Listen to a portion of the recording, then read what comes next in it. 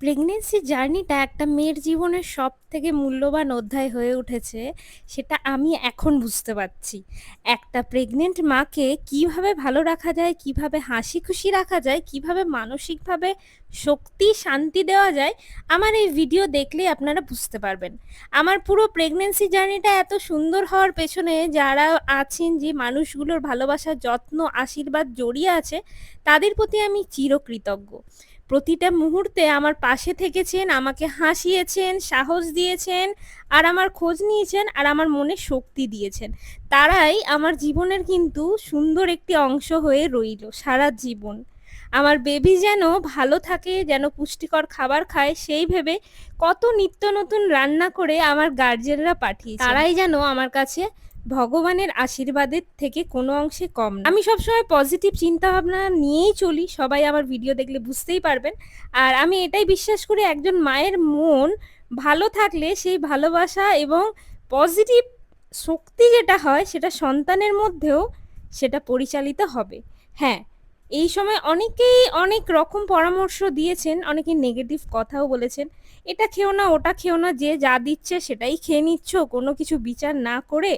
আর নাচ করছো, তুমি নিজের বেবির খেয়াল রাখতে পারছো না, নাচটা কিছুদিনের জন্য বন্ধ রাখলেই হয় না, আরো কত কি। সবাই নিশ্চয়ই নিজের জায়গা থেকে ভালো চেয়েই হয়তো বলেছেন, আবার কেউ ভালো না চেয়েও বলে থাকতে পারেন হয়তো বা।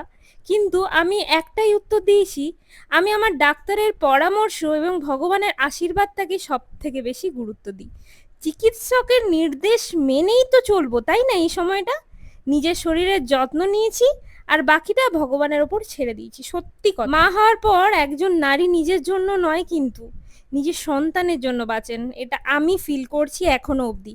আগে নিজের শরীরের যত্ন নিতাম না, অনেক সময় আলসেমি লাগতো, খেতাম না ঠিকঠাক।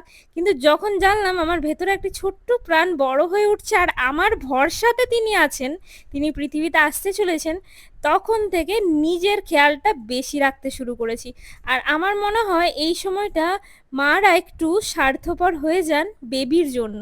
এই যাত্রা আমাকে শুধু মা হওয়ার অনুভূতি কিন্তু দেয়নি, আমাকে অনেক দায়িত্বশীল করেছে, অনেক ধৈর্য দিয়েছে। আমার জীবনের সব থেকে আবেগঘন মুহূর্ত এই ৯ মাসের স্বাদের দিনটি। আমার মা বাবা বা শাশুড়ি যারা প্রতিনিয়ত আমার খেয়াল রেখেছেন, তারা সেই সময় ছিলেন না, কারণ তাদের শারীরিক অসুস্থতার কারণে। কিন্তু তারা রান্না করে পাঠিয়েছেন এবং আশীর্বাদ পাঠিয়েছেন অহনার মা বাবা এবং দিরার মায়ের মাধ্যমে, যারা ফার্স্ট দিন থেকে আমার পাশে ছিলেন, আছেন, আর থাকবেন এটাও বিশ্বাস করি যে নিশ্চয়ই কোনো জন্মের ভীষণ পুণ্য করলেই এই ভাগ্যটা পাওয়া যায় যে সবাইকে পাশে পেয়েছিস। ফেসবুকের কত পরিচিত, কত অপরিচিত মানুষ আমার খোঁজ নেন, ফোন নাম্বার নিয়ে ফোন করেন, হোয়াটসঅ্যাপ করেন, যে সামনে থাকলে তোমার খেয়াল রাখতে পারতাম। আর মাত্র কিছুদিনের অপেক্ষা, সবাই দূর থেকে আশীর্বাদ করুন যেন ভালোভাবে সে পৃথিবীতে আসতে পারে। আপনাদের সবার আশীর্বাদ, ভালোবাসা আমাদের মাথায় যেন চির বিরাজমান হয়ে থাকে।